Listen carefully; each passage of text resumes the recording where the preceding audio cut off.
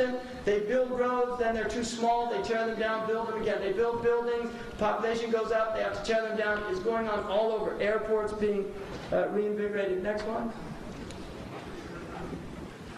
Now, this is, I think, a very interesting picture. It's a satellite photograph of Europe. You can see Italy there. Here we are, England. And this is looking from the sky down at the earth. Now, what struck me about this picture was that the sky, the earth has become like the sky, which is one of the signs of the end of time, is that Allah subhanahu wa ta'ala said that the earth would become, would have zina, right? إِذَا زُخْرِفَتَ الْأَرْضُ وَزَيَّنَتْ. When the earth is ornamented and zina, it gets zina.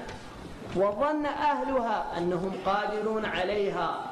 And its people think that they have power over the earth, the dominion over the earth. And then Allah subhanahu wa ta'ala says that He will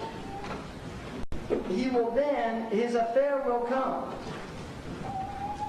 And when it comes, there's no holding it back.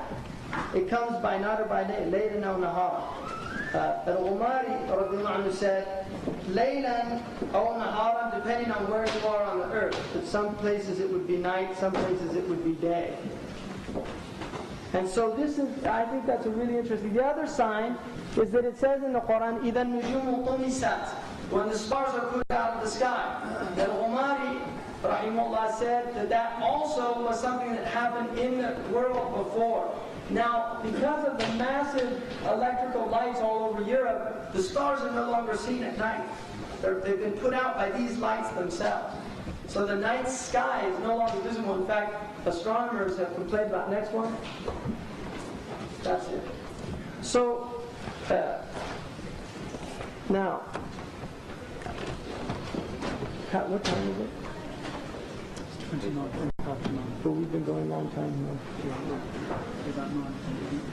We're going about 25 minutes. We've got questions. Yeah, I want to go through. I didn't really get to some. It's a long discussion, but what I wanted to do was look at what we should be doing as Muslims given this scenario. The first thing I want to mention that we have what's called a lot of ikhtilaf now, differences of opinions. And I've looked at the different ikhtilafat, and I think they can be summed down to some basic differences. One of the dominant differences amongst practicing Muslims is the difference between those who believe that we should be following traditional scholars' interpretations of the Quran, and those who feel no, that we have to go directly to the source text themselves. This is a source of ikhtilaf. And you have it, people who follow madhab, for instance, and people who are opposed to following madhab. And this has created an ikhtilaf. What I would say about that, one, I think part of the trouble is that because there's such a dearth of scholars now in the ummah generally, there's a lot of confusion. And I think what has to be recognized is that generally there are many sincere Muslims who are actively striving to understand Allah subhanahu wa ta'ala's intentions in His revelation. And some of those people are following madhab, and some of them are not following madhab. What I would say is I think that the movement against madhab has had some negative and positive effects, just like the people who follow madhab have had negative and positive aspects. From the positive effects is that they have forced the people who are following madhab to examine their own understanding closer, to look at dalils, to think about the Quran and the Hadith.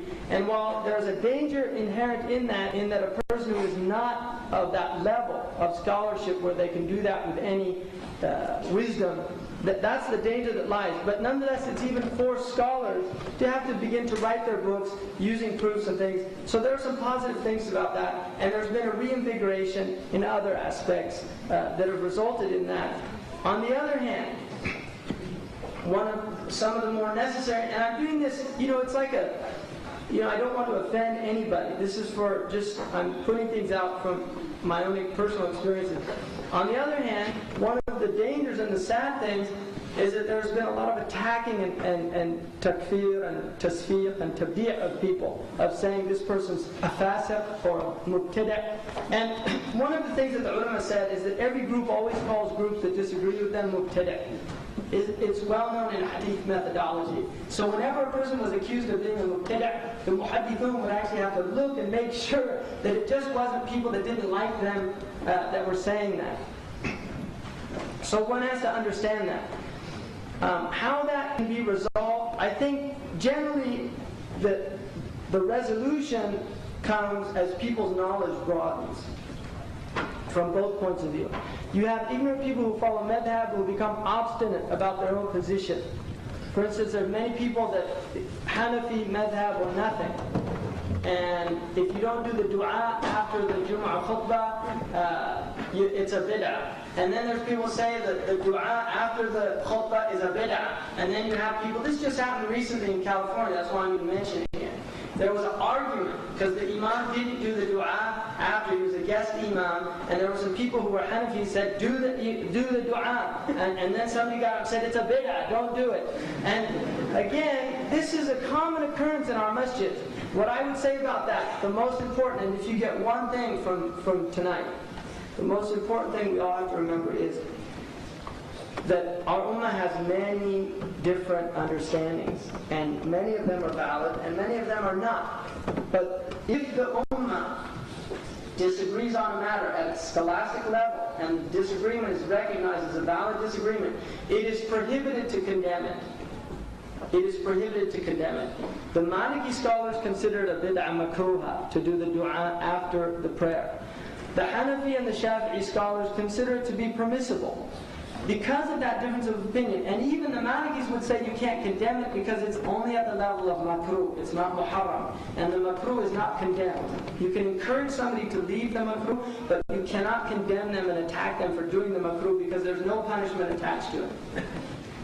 So people have to be aware of that. We need to gain a broader understanding of our teaching and become more tolerant of each other at both levels. Those who are following madhab need to recognize that we are in an age where there's a lot of confusion, there's a lot of misunderstanding, but there are many sincere people struggling to find what the truth is. We need to be patient with each other. Those who are not following madhab have to recognize also that the people who follow madhab are following an unbroken chain of tradition in this ummah for the last 1200 years.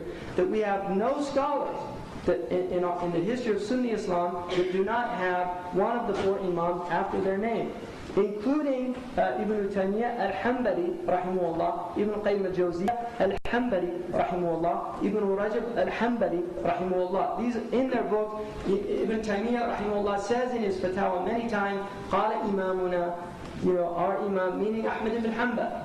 So and then also Imam Ahmad himself said, من قلة علم المرء أن يقلد غيره في دينه. From the small amount of knowledge that a man imitates another man in his religion. And that is used often as a proof against people who are following their imams. And actually it's a proof against people who aren't following the imam if they don't have enough knowledge.